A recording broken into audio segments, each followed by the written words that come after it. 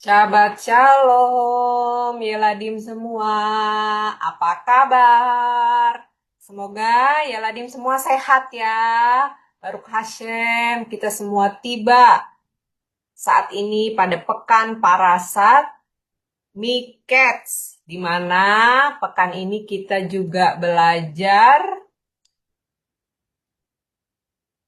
tidak hanya parasah, tapi pekan ini kita sama-sama merayakan hari raya apa, Yeladim? Pasti Ladim semua tahu ya, Hari Raya Hanukkah. Ya, pada Sabat pekan ini kita semua berjumpa kembali dan akan belajar bersama di Parasah Miketz yang ada di layar di depan ya, di layar ya Ladim semua. Baik, sebelum kita belajar bersama-sama, mari kita berdoa dulu. Avinu Sheba Shamayim, terima kasih. Kami boleh berkumpul bersama pada acara program kami bersama, yaitu Shabbat Yeladim. Terima kasih Hashem telah melindungi, menjaga kami semua, terutama para Yeladim dari pekan ke pekan, dari Syabat ke Syabat, hingga kami tiba pada Syabat Parasat Miketz dan juga kami tiba di hari pada pekan perayaan Hari Raya Hanukkah. Terima kasih Hashem, kiranya Hashem memberkati kami, Ruach HaKodes menolong kami untuk sama-sama belajar Parasat Miketz ini untuk Yeladim semua yang mengikuti dari sosial media. Terima kasih Hashem, di dalam merit Masih kami Yeshua, kami alaskan doa ini. Amin. Nah, Yeladim, seperti di layar, Parasat Miketz, ini cara penulisannya ya. Yeladin sudah belajar, ada mem, lalu ada kuf, dan ada huruf apa ini di belakangnya? Sadi Sofit ya. Ya, Yeladim semua, kita semua sudah belajar bersama-sama dan ini kalau dibaca ini ada tanda baca nikut kirik dan tanda baca apa ini? Segol ya. Baik, kita bacanya segol apa sere? Sere ya. Kita bacanya miketz yang artinya pada akhir. Baik, kita akan sama-sama membaca dulu dari kitab suci ya, dari Kejadian 41. Kita akan baca sebentar.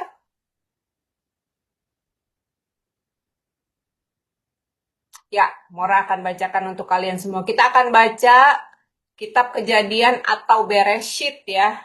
Ibraninya 41 ayat 1 sampai 14. Ya, kita baca bersama. Setelah lewat 2 tahun lamanya, bermimpilah Faro, bahwa ia berdiri di tepi sungai Nil.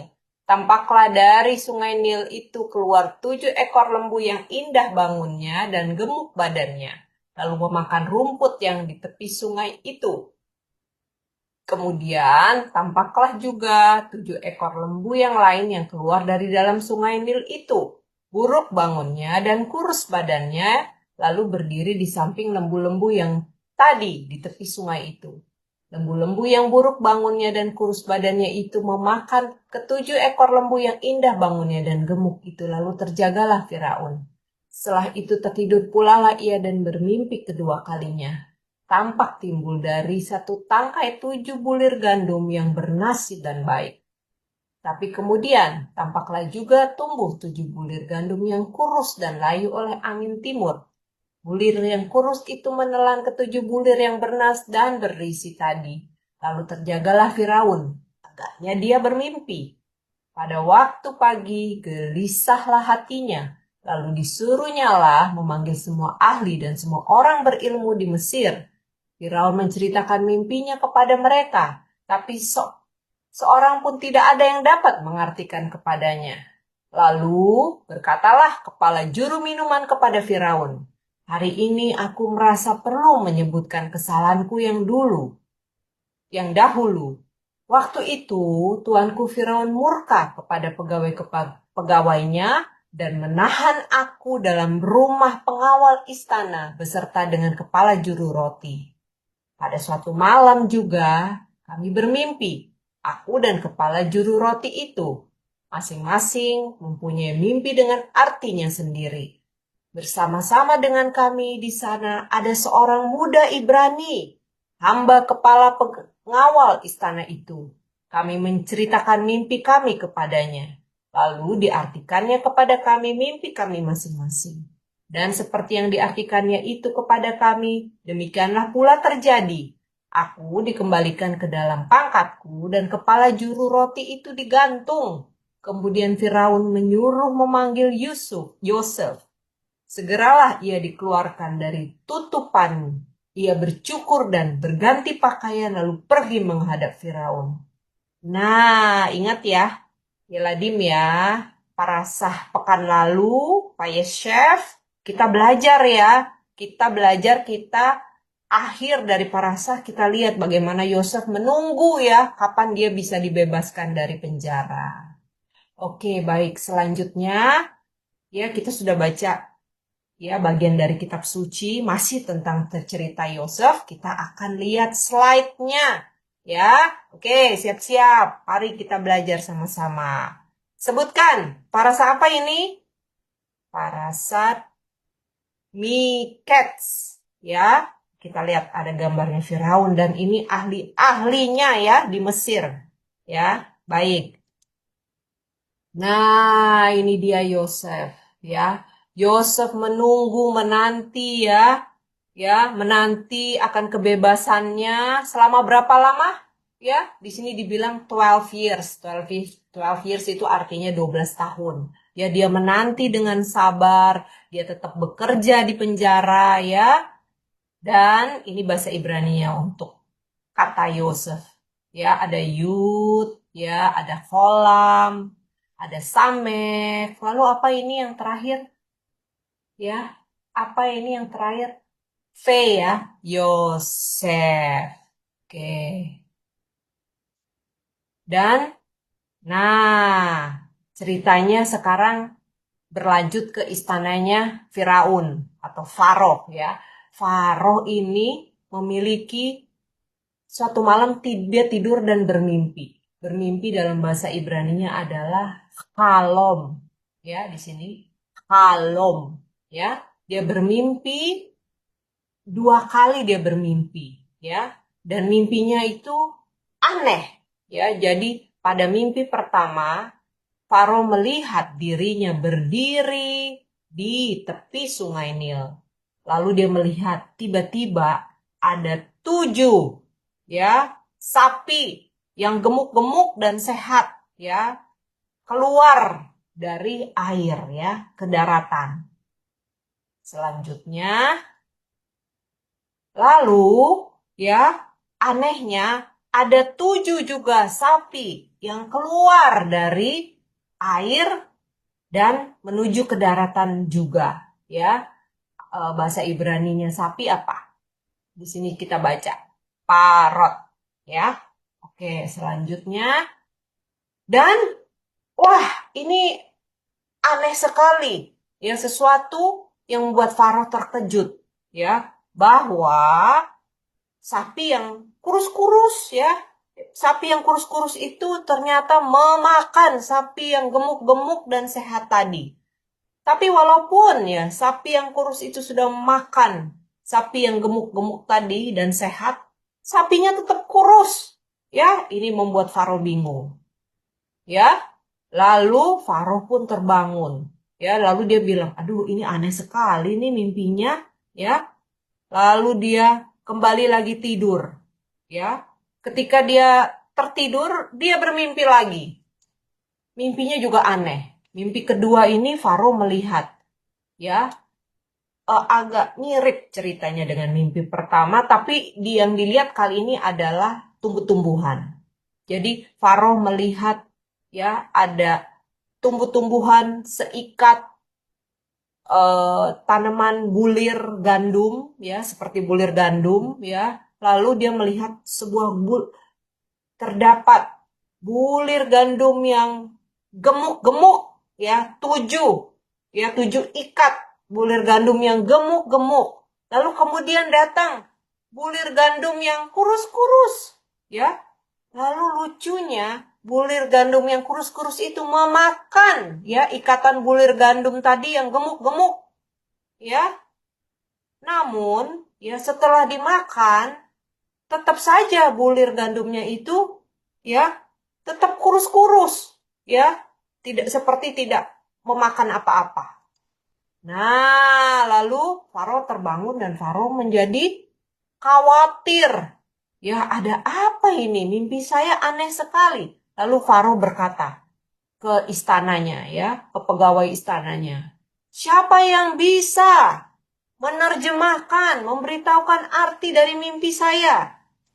Dan apa yang terjadi? Dipanggillah, ya, pada keesokan harinya, paginya dipanggillah, ya, semua ahli-ahli, ya, di Misraim, ya, semua yang ahli-ahli yang menjadi penasehat kerajaan, mereka berusaha untuk menerjemahkan mimpinya Faro atau Firaun, memberikan ide-ide dan gagasan-gagasan, memberikan cerita-cerita tentang arti mimpinya Faro tadi.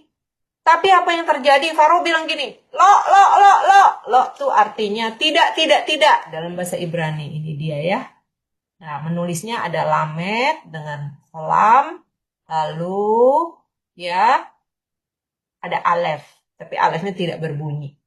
Jadi lo, ya, Faro bilang, tidak seperti itu, tidak seperti kalian katakan, bukan begitu. Ya, saya tidak suka penjelasan kalian. Nah, lalu selanjutnya, masih ingat ini? Butler yang pekan lalu kita pelajari, ya, ceritanya, ya, di penjara, ya, dia, ya. Sekarang dia sudah dibebaskan.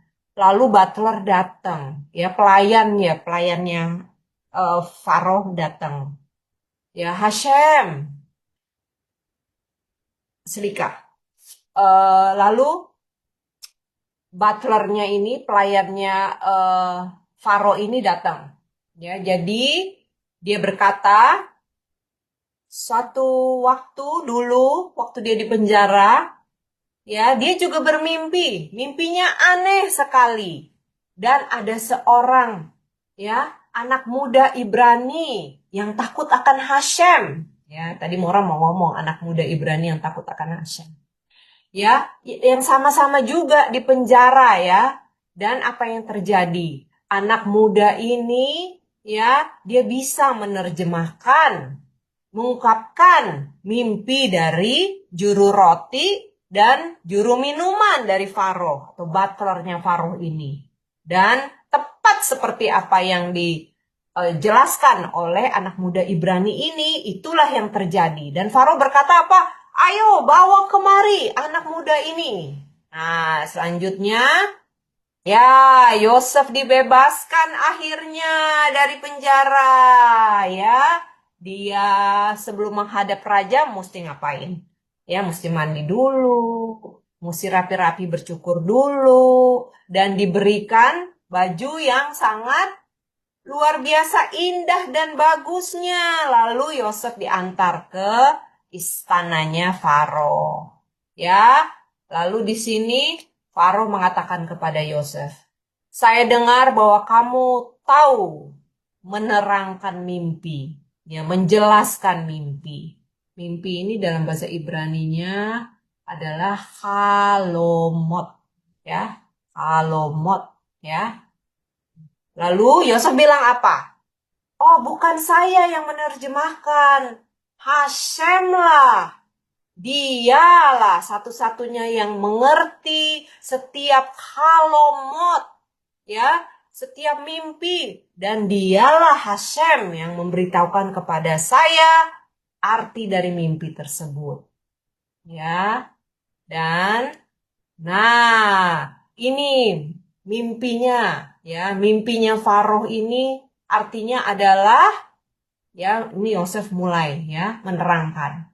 7, jadi 7 sapi yang gemuk itu, ya, dan 7 bulir-bulir gandum yang gemuk itu, ya, semua itu artinya sama, yaitu 7 tahun.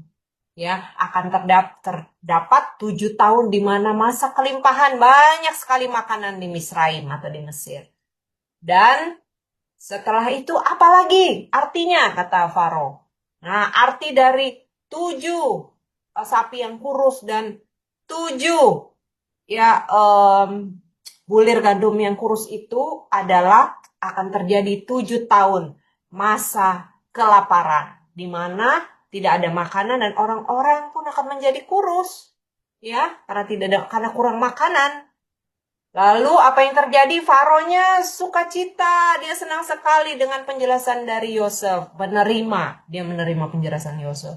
Dan Yosef menambahkan ya pesan kepada Faro. Faro harus memilih seorang yang bijaksana, yang harus mengelola, ya orang ini harus menyimpan ya makanan selama 7 masa kelimpahan untuk menyimpan makanan di gudang-gudang perbekalan. Maka ketika 7 tahun masa kelaparannya itu tiba, orang-orang di Misraim memiliki makanan. Dan orang-orang di luar Misraim pun bisa datang untuk membeli makanan. Ya, dan Faro akan menjadi raja yang terkaya di seluruh dunia. Ini Misraim ya Radim, tulisan Ibraninya.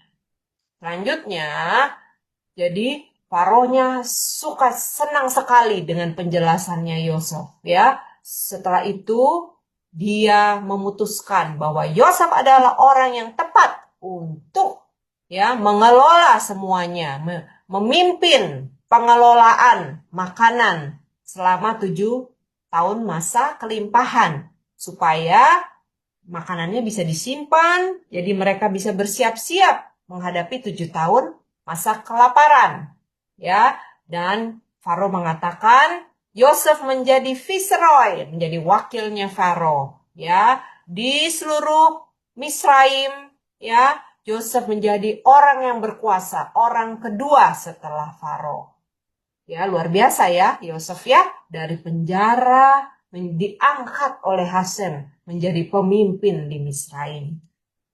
Nah, dan Faro pun memberikan ya cap metera yaitu cincinnya diberikan kepada Yosef.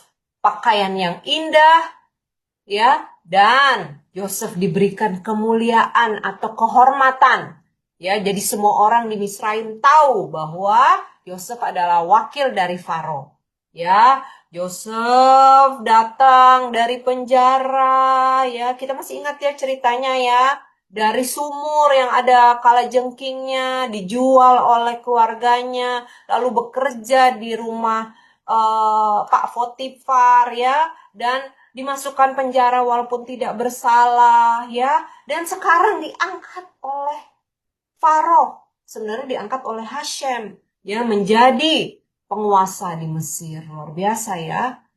Dan Yosef pun memulai memiliki keluarga, yang memulai kehidupan berkeluarga. Yosef diberikan seorang gadis menjadi istrinya bernama Osnat. Ya, Masal Tov. Dan Yosef dan Osnat memiliki 2 anak. Ya, namanya siapa? Yang paling tua namanya Menashe. Dan yang paling bungsu namanya Efraim. Jadi, siapa ya Ladim? Menashe dan Efraim. Masal Tov. Ya. Nah, ini di rumah keluarganya Yosef ada foto kakek-kakeknya, Avot ya. Ada foto Bapak Abraham, ada foto Bapak Ishak, dan ada foto Bapak Yaakov. Selanjutnya, ya tepat seperti perkataan Yosef ya, bahwa 7 tahun masa kelimpahan datang ya, dan begitu Misraim banyak makanan, kelimpahan, dan Yosef membangun gudang-gudang perbekalan ya untuk menyimpan makanan selama 7 tahun. Ya, sehingga ketika 7 tahun masa kelaparan datang, Misraim siap menghadapi masa kelaparan. Dan apa yang terjadi? Betul sekali. Ya, 7 tahun masa kelaparan tiba. Ya, orang-orang yang menyimpan makanan ya di luar Misraim ya, termasuk di tanah Kanaan atau tanah Israel ya, mereka datang semuanya ya. Mereka semua mendengar bahwa di Misraim ada makanan ya, dan mereka datang untuk membeli makanan. Uniknya, orang-orang yang mencoba menyimpan makanan selain di Misraim, di gudangnya Yosef ya, makanannya semuanya menjadi busuk. Ya, jadi mereka semua jadi kelaparan dan harus datang ke Misraim.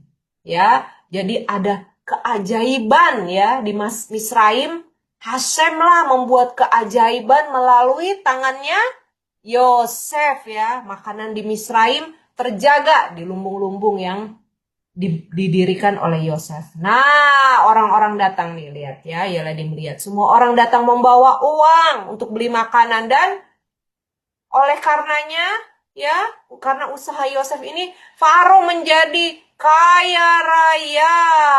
Wah, Faronya senang ya, ya. Dan apa yang terjadi? Nah, akhirnya ya, kelaparan melanda di mana-mana termasuk tanah Kanaan dan termasuk juga ya yang terdampak adalah keluarga dari Bapak Yakov ya. Bapak Yakov ini rumah tangganya anaknya banyak ya, orang-orang yang bekerja untuk Bapak Yakov banyak, jadi mereka perlu makanan ya. Suatu ketika makanannya sudah hampir habis dan Bapak Yakov mendengar bahwa di Misraim ada makanan. Bapak Yakov pun menyuruh anak-anaknya. Berapa anak-anak yang dikirim? Ya, 10 itu bahasa Inggrisnya adalah angka berapa nih? 10 ya. 10 anaknya Bapak Yakov disuruh untuk melakukan perjalanan ke Misraim. Ya, kita ingat berapa anak-anaknya Bapak Yakov? 12 ya, Yeladim ya. Kan satu Yosef dan satu lagi yang paling bungsu berapa? Apa? Benyamin. Ya, yang berangkat hanya 10.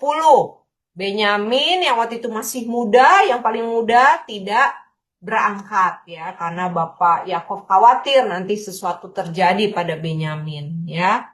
Jadi Benyamin menemani Bapak Yakov tetap di Kanaan dan 10 saudaranya ya datang untuk membeli makanan. Ya, inilah ya akhir dari Parashat Miketz ya. Ya Ladim semua, kita belajar ya masih tentang kisahnya ya Yosef, Bapak Yakov dan keluarganya ya. Pekan depan ya kita akan belajar lagi, tambah seru nih ceritanya ya. Ya, tambah seru ceritanya. Ya, pada pekan depan kita akan belajar Parashat Vaigas ya. Kita akan ya belajar kelanjutannya cerita dari Parashat Miketz ini. Baiklah Yeladim, inilah pelajaran dari Parashat Miketz. Dan sebelum mengakhirinya, Mora mau kita semua belajar sesuatu nih, karena kita ada di Pekan Hanukkah ya. Ya, Pekan Hanukkah ya. Jadi kita belajar sedikit ya tentang Hanukkah ya. Oke, baik ya. Kita belajar dari video ini tentang Hanukkah ya.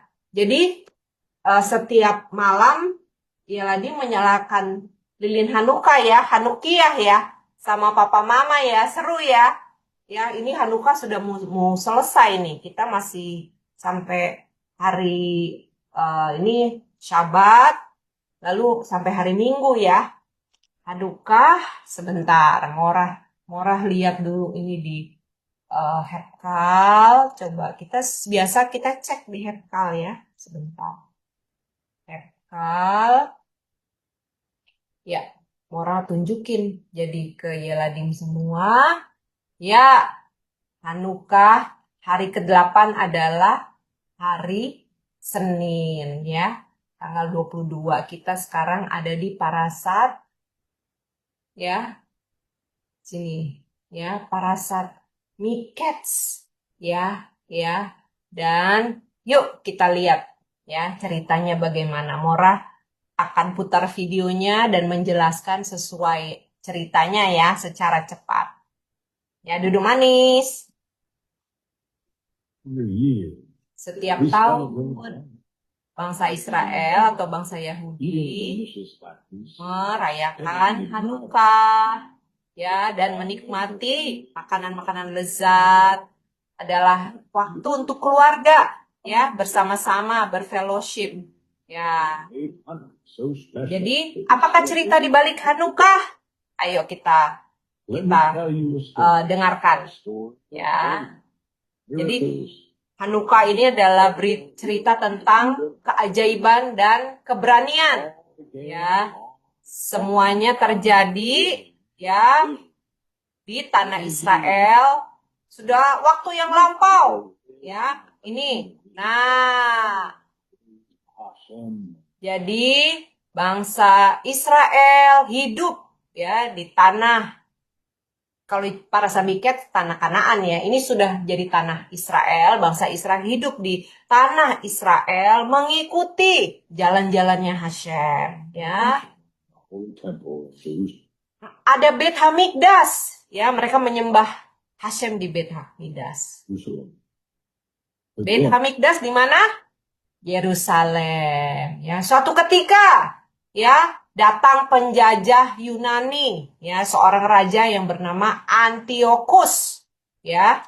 A Greek king named Antiochus came to power. He didn't want the Jews to keep their traditions. Jadi raja ini, ya, dia datang menjajah, ya, tanah Israel. Dia tidak mau orang-orang Yahudi ini, ya, melakukan Torah, ya, melakukan ibadah-ibadah, belajar Torah. Dia tidak mau, ya.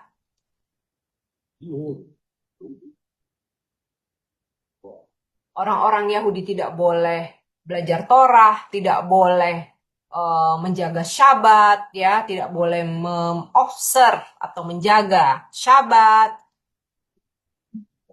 tidak boleh merayakan hari-hari raya atau festival, ya. Waktu itu belum ada festival Hanukkah, ya. Kita belajar, inilah mulainya nanti bagaimana ada sejarahnya festival Hanukkah itu. Antiochus sent his soldiers to take over the holy temple. Jadi Antiochus ini mengirimkan prajuritnya, ya, untuk memporak-porandakan bait suci. Lalu, nah, ini yang menyedihkan, ya. Ya, patung-patung berhala ilah-ilah dari Yunani itu dibawa masuk ke bait suci.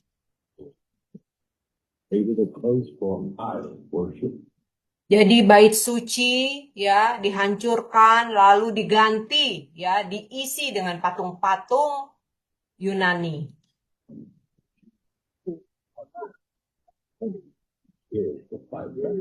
Orang-orang Yahudi semuanya sedih, ya, tapi mereka semua tidak bisa melawan kekuatan, ya, dari prajurit-prajurit, ya, raja yang jahat ini.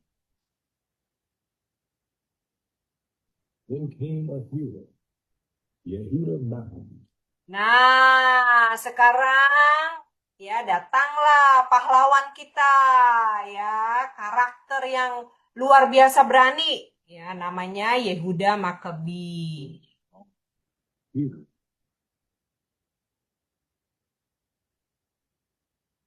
Yehuda's father, Matityahu. Jadi Yehuda Makabi memiliki seorang ayah namanya Matityahu. And stood up to the king's soldiers. Dia berani, ya, dia berani melawan, ya, prajurit dari raja ini. Dan tidak mau menyembah berhala. Matityahu passed away. Yehuda took charge of a small group of brave fighters. Jadi, suatu ketika Matityahu meninggal dunia dan kepemimpinan diambil oleh Yehuda. Yehuda memiliki, ya, tentara kecil, ya, memiliki orang-orang yang sama-sama seperti dia, tidak mau menyembah berhala, ya, dari bangsa Israel. Jadi prajurit ini disebut Makabis. Judah inspired his people with his courage and faith. We may now have the king's powerful army. Ya, jadi Judah Makabi ya, dia yang memotivasi orang-orang, yang membuat orang-orang juga untuk tetap berpegang pada iman mereka kepada Hashem. Ya, walaupun mereka kecil, mereka sedikit ya, tapi ya mereka percaya ya karena iman mereka kepada Hashem yang begitu kuat ya bahwa mereka bisa mengalahkan musuh-musuh mereka. We have something stronger, our belief in Hashem and our love for our traditions. We will fight for what is right.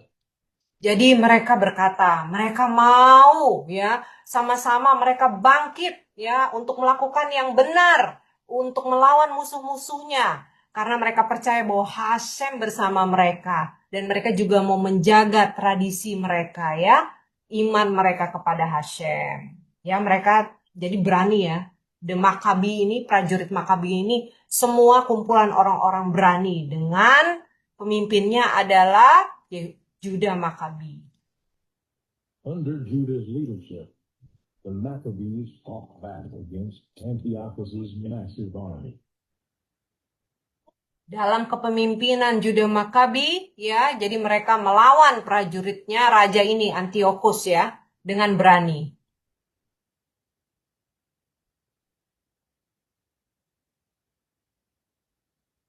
They didn't have fancy weapons or armor.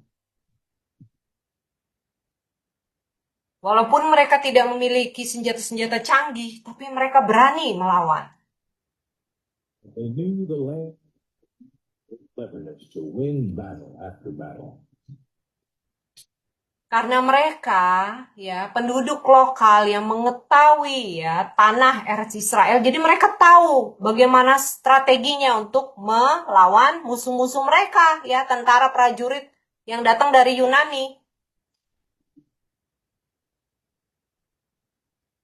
Judah never gave up, even when the odds were against us. He reminded the Mac, we are fighting for our faith, our family, and our freedom.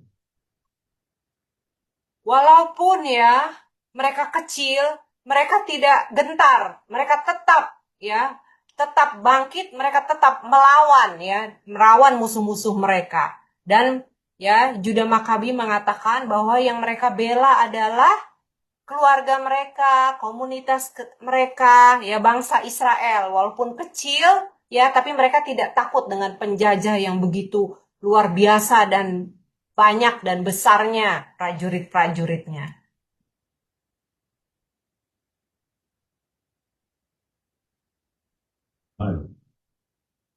In hard-fought battles, Maccabees defeated the Greek army and marched into Jerusalem. Akhirnya, ya, Judah Makabi dan prajuritnya menang melawan penjajah Yunani dan mereka masuk ke kota Yerusalem.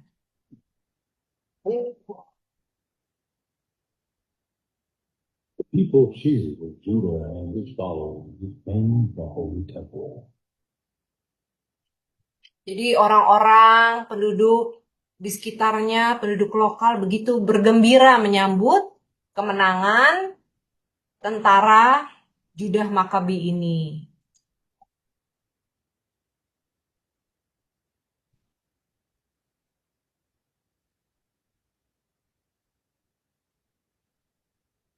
But when they entered the temple, they were heartbroken. Namun ketika mereka datang ya ke lokasi bait suci dan masuk ke bait suci, hati mereka begitu sedih, begitu remuk ya melihat situasi dan keadaan di bait suci yang sudah dinajiskan dengan begitu banyak yang dihancurkan dan juga begitu banyak ya berhala-berhala Yunani. Once beautiful sanctuary was filled with idols, and everything sacred had been destroyed. Judah said, we must make this holy place beautiful again. Let's clean it and rededicate it to Hashem. Ya, di sini ya Judah berkata, mari kita bersihkan ya bait sucinya. Kita bersihkan dari semua ya kenajisan, dari patung-patung berhala, ya, kita bersihkan dan kita rededikasikan kembali kepada Hashem. Ya, kita berikan yang terbaik kembali kepada Hashem. Dedicated to Hashem. The Maccabees. Jadi mereka ya bersih-bersih ya semuanya, setiap pojok-pojok bangunannya, semuanya. Dan akhirnya ya bait sucinya siap untuk rededikasikan. Tapi apa yang terjadi? Mereka harus menyalakan menorah ya. Ternyata ya di bait suci hanya ditemukan satu buah jar atau satu buah apa ini ya? Satu buah tempayan ya. Ya, satu buah tempat yang isinya minyak yang murni ya. Jadi kalau mau menyalakan menorah di bait suci itu harus dari minyak zaitun yang murni ya. Dan dengan hanya satu jar ini, minyak murni ini hanya cukup untuk 1 hari sebenarnya ya. Oil. Just enough for one day. Judah said, "We will light it anyway and trust in Hashem." Jadi ya, nah mereka akhirnya menyalakan saja dan mereka percaya bahwa Hashem akan membuat keajaiban ya. Jadi keajaiban terjadi ya. Minyak yang hanya bisa dinyalakan 1 hari, akhirnya minyaknya bisa dinyalakan untuk 8 hari. Ya, makanya inilah sejarahnya. Makanya kita semua menyalakan lilin Hanukkah selama 8 hari untuk mengenang peristiwa rededikasi ya, rededikasi dari bait suci ini dan keberanian dari Judah Makabi bersama pasukannya, the Maccabees.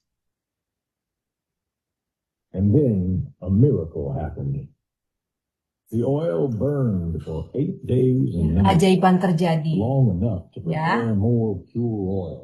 Ya, minyaknya ini menyalakan menorah yang tadi cuma buat 1 hari, 8 hari. Dan mereka punya banyak cukup waktu untuk mempersiapkan minyak murni lagi. Nih Kak, coba ya Ladim lihat ya, inilah caranya mereka membuat minyak. Jadi ya buah zaitunnya itu ya diperas ya, caranya seperti ini, diambil minyaknya untuk menyalakan lilin menorah. Judah and his people knew this was a sign, Hashem, blessing their hard work and faith. Judah told his people, "He fought for Hashem, for our freedom, and for our future. Never forget the miracles we witnessed here." Jadi di sini Judah Makabi memberitahu semua orang bahwa perjuangan mereka adalah perjuangan untuk Hashem, perjuangan untuk bangsa Israel, dan perjuangan juga untuk masa depan. Ya, dan Judah Makabi mengatakan jangan pernah lupakan ya keajaiban ya, keajaiban rededikasi dan keajaiban dari minyak ya menorah ya yang menyala selama 8 hari ini. Today we celebrate Hanukkah to remember the bravery of Judah Maccabees. Nah, oleh karenanya, kenapa kita ya memperingati Hari Raya Hanukkah? Ya, karena kita ya mengingat ya keberanian ya Judah Makabi, mengingat keajaiban ya peristiwa dan mujizat ya yang Hashem lakukan ya di bait suci dengan ya mujizat dari nyala api yang bisa menyala sampai 8 hari. Ya, luar biasa ya Ladim semua. For 8 nights we light the menorah, eat delicious foods, and spin the dryder. Ya, selama 8 hari ini kita sama-sama menyalakan menorahnya yang disebut Hanukkah, fellowship bersama keluarga, ya, mama papa mungkin menyediakan makanan yang lezat, ya, kita makan biasanya tradisinya adalah makan donat ya sufganiyot atau donat, ya, coklat. Nah, to bring light into the world, just like Judah and Maccabees. dan mengingat bahwa Yeladim semua dan papa mama ya neshama kita ini ya, diizinkan kita ada di dunia ini, diizinkan Hashem untuk menjadi terang bagi dunia ini. Jadi Yeladim semua ya adalah terang juga ya, di keluarga, di sekolah, dan dimanapun. Baruch Hashem, inilah cerita tentang Hanukkah. Ya, Baruch Hashem, kita sudah sama-sama belajar Parashat Miketz, juga kita belajar tentang Hanukkah. Semoga ya, ini semua bermanfaat buat Yeladim semua. Oke, ya kita akan mengakhiri program kita Sahabat Yeladim dan kita akan berdoa bersama. Abinu Sheba Shamaim, terima kasih bahwa kami sudah sama-sama belajar tentang Parashat Miketz, tentang cerita dari Yosef yang menjadi penguasa di Mesir, dari penjara diangkat menjadi penguasa di Mesir, menjadi orang kedua, ya, orang kedua setelah Firaun, setelah Faro, dan diberi kepercayaan luar biasa. Semuanya karena keajaiban dan mujizat dari Hashem saja. Hashem yang menolong Yosef, Hashem juga yang akan menolong kami semua, terutama para Yeladim. Terima kasih Hashem, kami juga belajar tentang Hanukkah dan sejarah di balik Hanukkah dan mengapa kami merayakan Hanukkah. Bahwa kami merayakan mujizat dari minyak zaitun yang membuat menorah menyala selama 8 hari. Dan hal ini juga menggambarkan bahwa kami adalah terang dari Hashem kami semua. Ya, yang bersinar, membawa kebaikan untuk semuanya, untuk keluarga, untuk teman-teman, di sekolah, untuk guru-guru, dan dimanapun kami berada. Kiranya Engkau memberkati para Yeladim semua, melindungi para Yeladim semua, memberkati kesehatan para Yeladim, memberkati memberikan kepintaran pada para Yeladim dalam belajarnya, perlindungan juga para Yeladim semua, dan kami juga berdoa bagi siapapun para Yeladim yang membutuhkan kesembuhan, kami berdoa refuah shlema di dalam merit Masiah kami Yeshua, kiranya diberikan kesembuhan dan pertolongan. Kami berdoa juga untuk para orang tua, berterima kasih orang tua yang sudah setia pekan demi pekan memotivasi Yeladim untuk belajar bersama. Berkati orang tua dengan kesehatan yang baik, parnasa, penghidupan yang baik, hatslaka, kesuksesan, keberhasilan dalam pekerjaan dan apapun yang dilakukan, dan doa-doa yang dijawab oleh Engkau Hashem. Terima kasih Hashem, kumpulkan kami kembali pekan depan untuk belajar bersama. Di dalam merit Masiah kami Yeshua kami alaskan doa ini. Amin. Saudara Bayeladi, sampai jumpa lagi pekan depan ya. Mari kita katakan sama-sama Shabbat Shalom dan Hak Hanukkah Sameach, Hak Sameach.